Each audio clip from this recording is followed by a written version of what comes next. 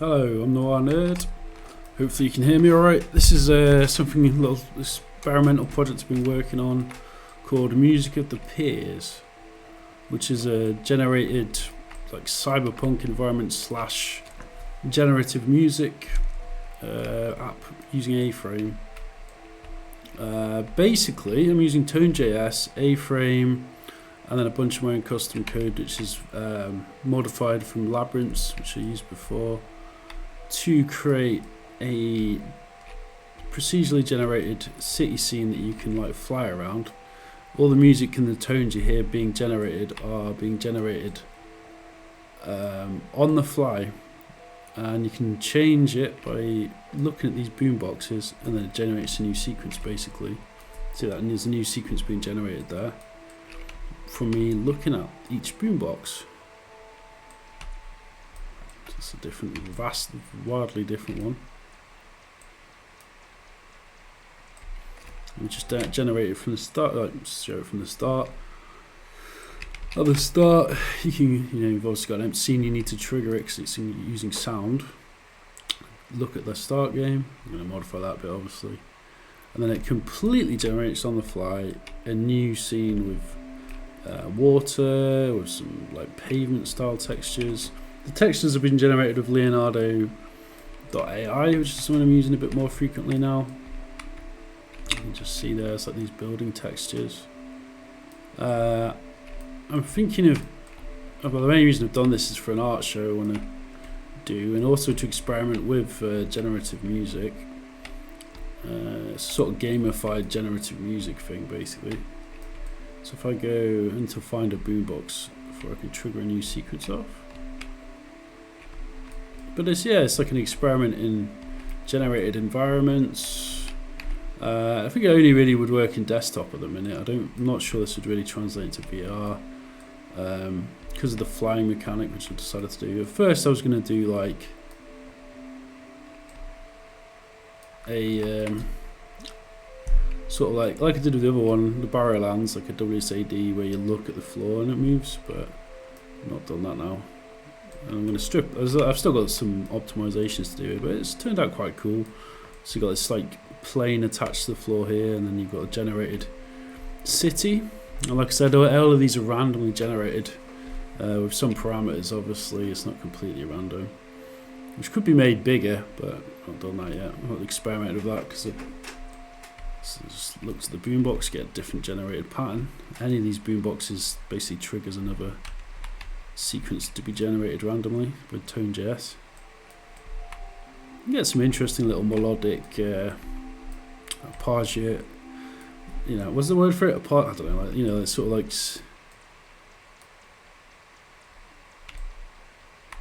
some variation.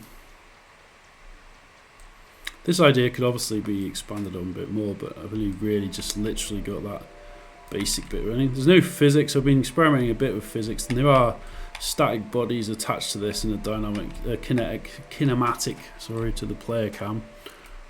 But at the minute that isn't functioning properly. That's something I need to look into, because obviously it'd be good to have it so that you don't just knock into buildings. You can pass through buildings basically at the minute. The way I've got through that so far is to make the camera quite high, so you never really are able to. But yeah, all the buildings are basically, they are randomly generated heights within a certain parameters up to about 20 height, I think. So it gives you this sort of skyscraper effect. And then you have you've got some water in some places, like canal systems that can be randomly generated, and a sort of pavement system. The randomness, you could argue, is probably a bit too random in terms of it doesn't really have any internal logic per se. It is essentially, well, there is some internal logic.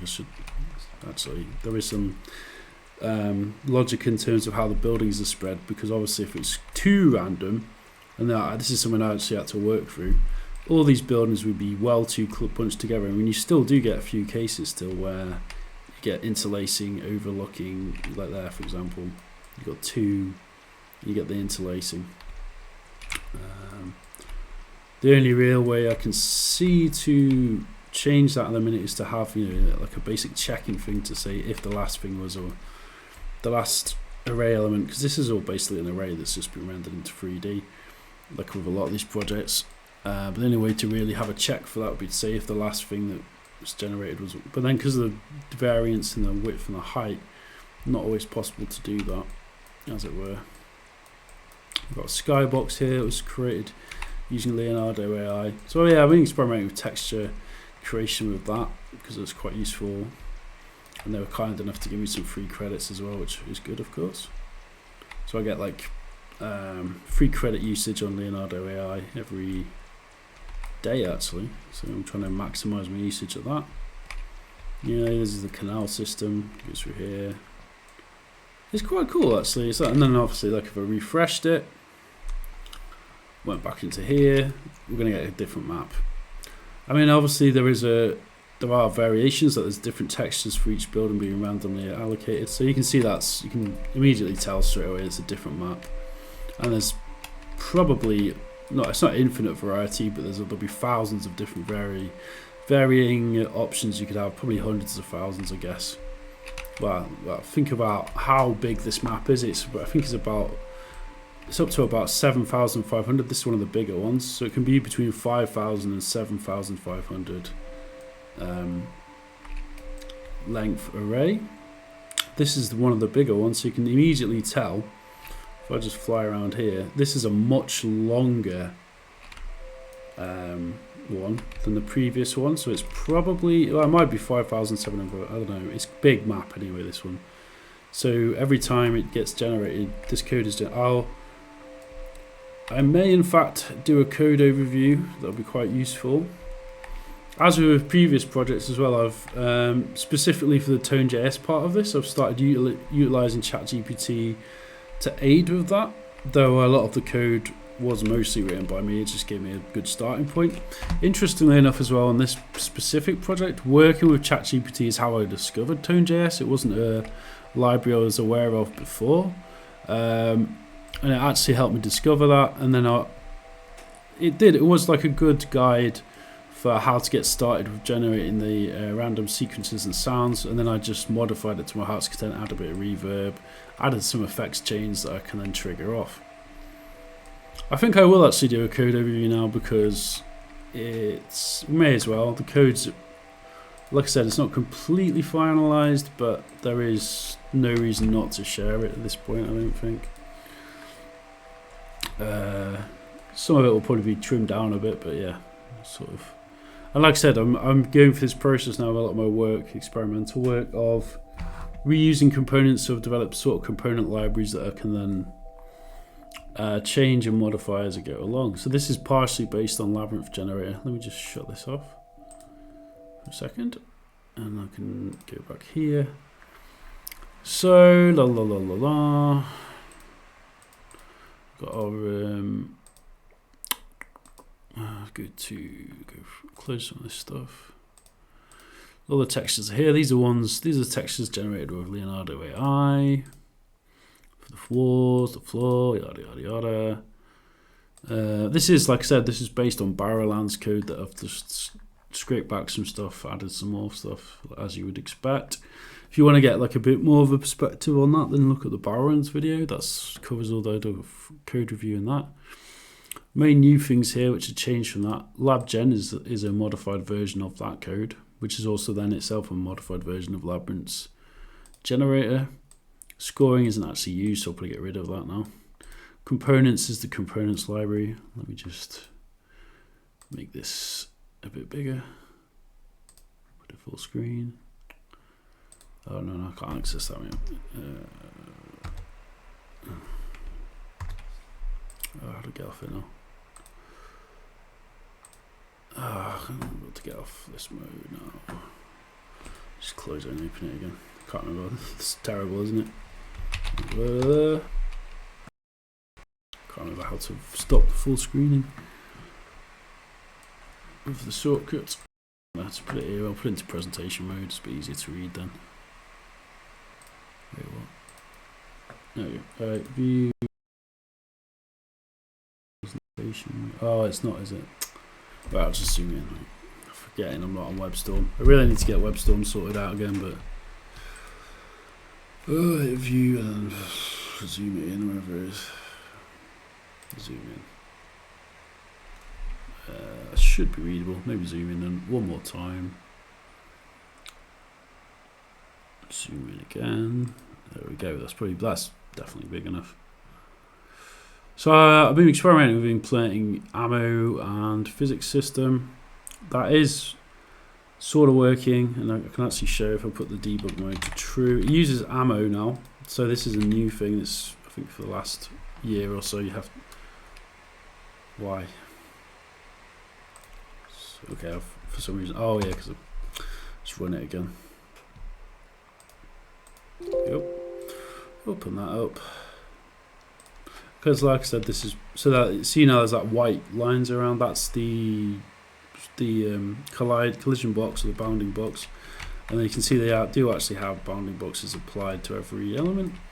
But like I said, there's still something I'm working on. So, for example, I can still pass through objects, so it's not obviously working totally. Something I might get working, might not. Obviously, if I'm doing this for an art show, so if I don't get it working, I'll just have to like hack around that a bit. I mean, I sort of already have by having the flying cam, and you can move above, I think.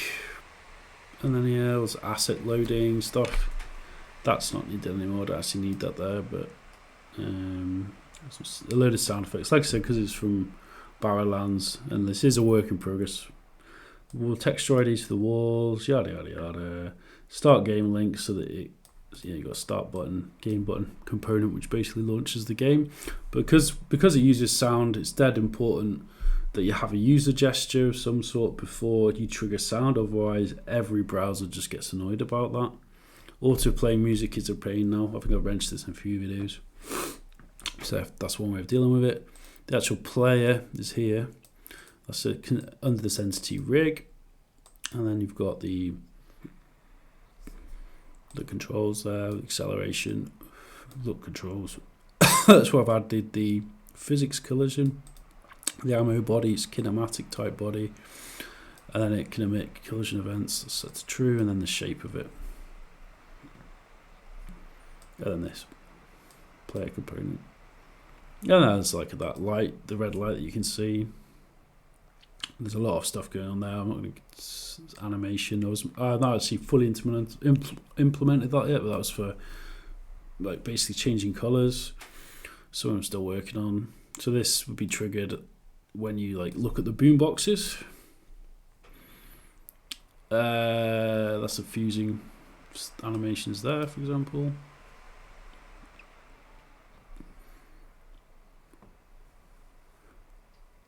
Could probably just add it as animation clip. I don't know. I'm not got into that yet. Room. As if you've seen the Barons video, you know that's where all the entities get generated and appended to that entity. The plane is just the floor and the floor. It's just standard A plane. Let's just go into this. The lab gen. So this is, I'm not going to spend too long going over this because this is, I'm going to probably rinse through it quite fast because it is basically just a modified version of Barrowlands, which I've already done a full code review on, or Labyrinth's generator released, which is still actually labelled as Barrowlands, but it's not Barrowlands anymore. It's Music of the Peers. So let's change that on here. Music of the Peers, but it is based on Labyrinth's 3D, yeah. So it is a modified version of that with the additional Tone.js stuff and some modifications, obviously. This is one of the beauties of doing stuff like this, where you're creating a, sort of like component library under a library that can, like Labyrinth 3D is a library, for example. That's the whole point of it. So this is boom boxes. I'll just rename that. So we've got some reassignable variables for the boom boxes, texture info. These are the default. These are basically defaults. A lot of them get that's why they're let because they can be rewritten. You have a constant variable which is an empty array, which is used for the map. Again, I won't go over this too much because I've already sort of gone over it anyway. Generate the map size, so like 50-50 chance basically, if it's more than one. Yeah, so that's basically a generate map size. So it's flipping a coin. It will either be 5,000 array elements, because what happens is it goes into there, and then you 7,500. Get random number is a generic function which accepts a min and max. I've sort of gone over all this before, so I'm not going to go over it again. I was modifying this a bit, but this is just generating. This is just a different random number generation. Got the random spread, so the spread is randomly determined. And then this random bit is quite important because you want to, 0 is a floor, 1 is a building or a wall. It's really a building, but it's called a wall at the minute. We add the probability. There's a slightly more of a chance of a floor being generated. That's why it's set to 0.08. So it's not 50%. And then then you get completely random value. If the random value, if probability of 1 is less than random value, then we generate a 1 or we generate a 0. This is a lot of tinkering, but basically that will make, so there's more chance of 0 because you don't want tons and tons and tons and tons of, you just don't want loads of buildings all scrunched together because it looks ridiculous. The paint autos function just for returning a 6, that's a bit of a lazy function. It doesn't really make any sense. There's probably many better ways of doing that. I just very ages ago like that. This is used for the water. So yeah, you'll notice how I'm using the random number generator a lot. Obviously, if you're doing something which involves generative coding, then you need lots of randomization. Essentially, it's like a seed value, right? So which dictates the amount of randomness in the scene. So here's a random water width. You need this, and I've sort of gone over a lot of this before. This is not actually dwarves, but I've just not renamed it. This is now boomboxes. So it takes into account. It just basically dictates the spread of where these are going to be positioned. So the map size is taken into account, and it generates a random number between these numbers and the whole entire map size, which gives it, so it's not completely random. Random exit doesn't apply anymore, I don't think. And then this is where the actual array is created, which creates the random city. So that's this for the water, using that code above. If that's basically for creating where the player goes, so it's basically just slots in the middle. So when it's running through that loop of the size of the map, so say for example I was 500, it would be at 250. So if it equals 250, so if it's half of the map size of the total array size, then you just add plonk the player there. That's what the 2 represents. We'll show you later on where that's is. Boom is just for adding a boom box. There's another loop when the actual thing gets rendered and appended to the room array. And then this is else, it's just the generic action is just a random bit. We're using that function above, so generating a 0 or 1. So that should make sense. I might still utilize this. This would allow you to basically download as JSON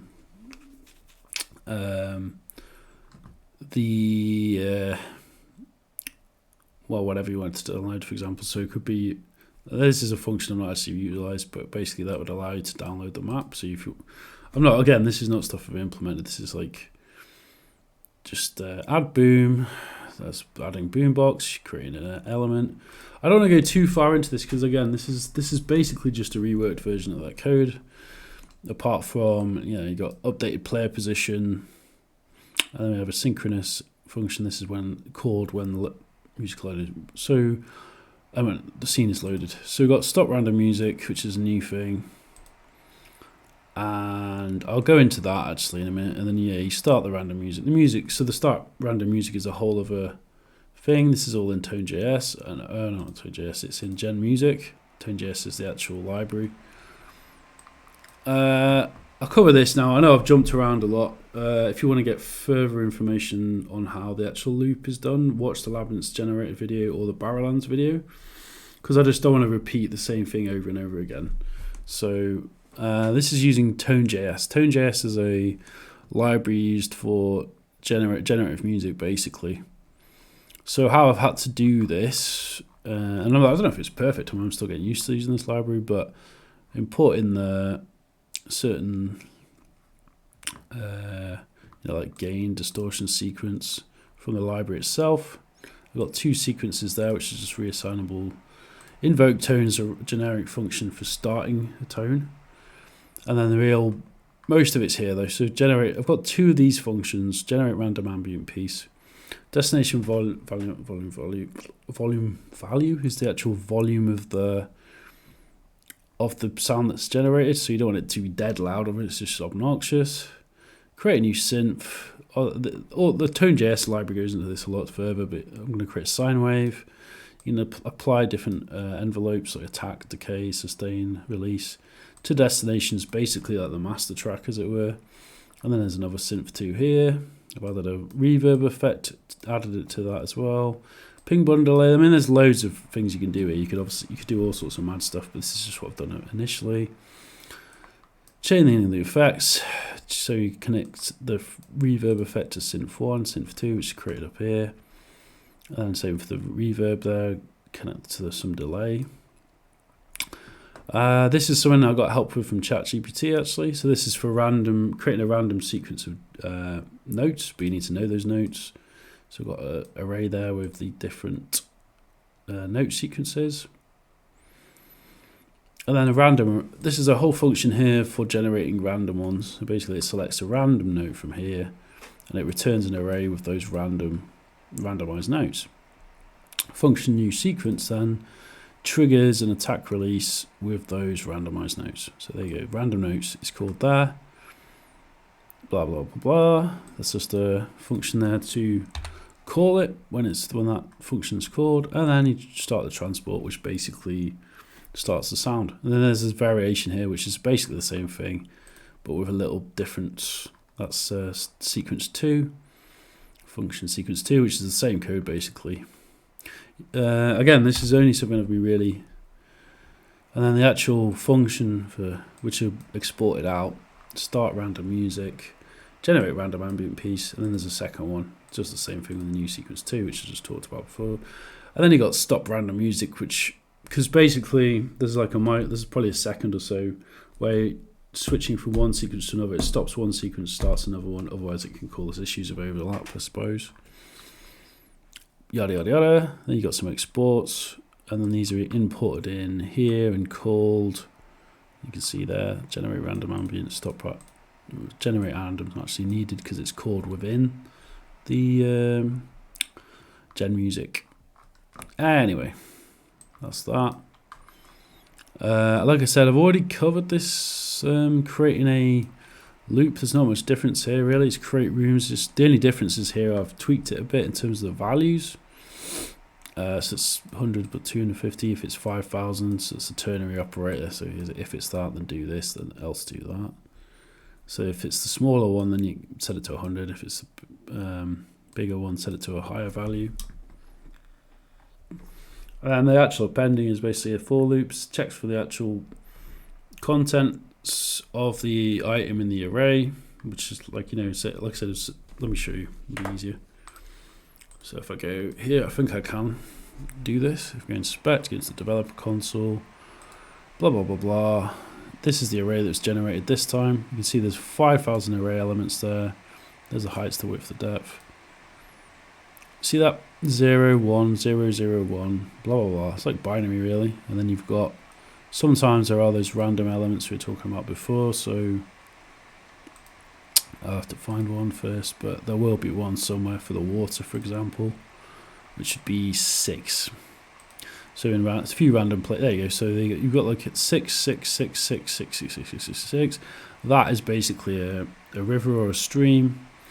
A 0 is a floor, a 1 is a building, basically. So you can see that mostly it's zeros, which is what you want. You don't want it all to be like, and then there is also, because you can see there's like some places there's snow, some places there's like floor. That is literally just when you add in in the loop, you've got 0 and a random floor texture is applied. So yeah, so there you go. You've got generate random floor texture. So that is randomly generated. There you go. So it's a randomly generated floor texture. It chooses between one of these, and it's basically completely random. So yeah, obviously there's a lot more to it than this. There's a lot more going on, but I think that gives a basic description of how I've done it so far. This is still an experimental project. It's still something I'm working on. Like I said, I want to try and get physics working, but it probably is at the point where I can sort of show it a bit. Yeah, it's quite cool. I mean, you can just like float around in these generated environments, and yeah, that's that. So yeah, I hope you enjoyed that. I'm Noah Nerd. Like and subscribe, obviously, to watch more videos like this covering interesting generative projects, A-frame projects, Three.js, JavaScript programming in general, in a bit.